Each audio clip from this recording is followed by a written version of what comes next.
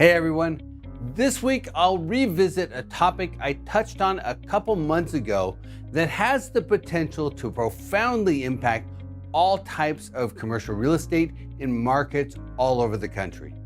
It's an evolving, longer-term trend that will likely play out over the next decade, but a significant milestone was just reached, and a significant event that could accelerate the evolution of this trend recently occurred.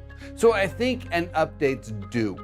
For the first time since 2002, the total annual imports from Mexico exceeded the total from China, reiterating the trend toward bringing manufacturing closer to the US.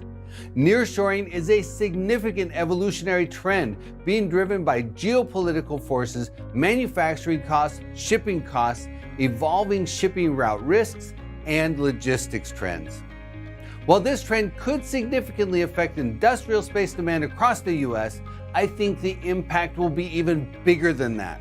Supply chain changes of this magnitude could influence where jobs are created, and that would influence space demand for all types of real estate: housing, self-storage, retail, and pretty much every other type. In my mid-January video, I highlighted how reduced shipping through the Suez and Panama canals has put upward pressure on shipping costs, and that trend has continued. The cost to move a container from China to the US West Coast was about $1,700 last December. When I did the video in mid-January, the cost was above $2,700, and in February, the cost was up to $4,800 per container. That's a 184% increase, or a $3,100 gain per container in just 2 months. Shipping a container from China to the US East Coast is even higher.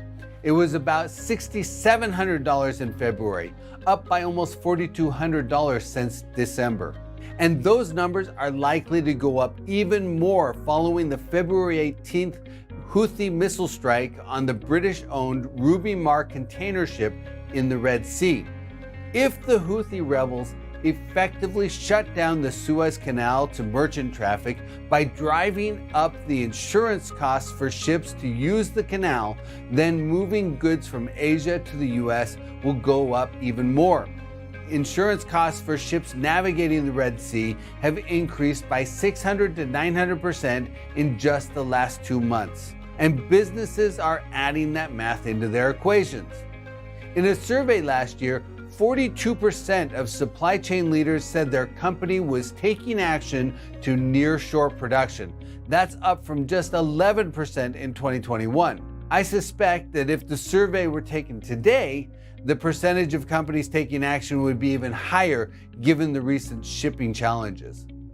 Ever since the pandemic, companies have been weighing the costs and the risks associated with shipping cargo halfway around the world to the US from China and Asian manufacturing hubs. And they've been comparing it to the cost of moving their manufacturing closer to the US. Both Canada and Mexico are prime options. Not only is putting cargo onto a truck or train and driving it to the US a lot cheaper than shipping it halfway around the world, but more importantly, supply chain resiliency and reliability may make the investment worthwhile. We're already seeing the changes in the shipping volume numbers. Comparing the first half of 2019 versus the first half of 2023, the most current data available, cross-border container traffic into Texas, Michigan, and Arizona are up significantly. Meanwhile, shipping traffic through West Coast ports, including Long Beach and Los Angeles, have gone down. Industrial property space demand shows the impact. Space absorption since the end of 2019 in Dallas-Fort Worth has topped 115 million square feet, followed by 89 million square foot gains in Atlanta and Houston.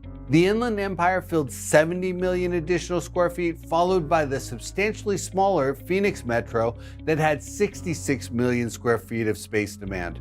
I should also mention that San Antonio, a market with about 1/7 the industrial space of Dallas-Fort Worth, also had significant demand gains, absorbing 19 million square feet between 2019 and 2023. And Austin, which is even smaller with just 107 million square feet, absorbed 23 million square feet in that 4-year span. Now, as I mentioned at the beginning of the video, this will be a protracted process, likely spanning a decade or more. We're starting to see the impact on the industrial side, but this is likely just the beginning. The supply chain evolution will likely only gradually influence other property types. But when you consider commercial real estate hold times, making a bet on where things will be in 5 or 10 years is the nature of the business. As always, investors need to keep their eyes on the horizon.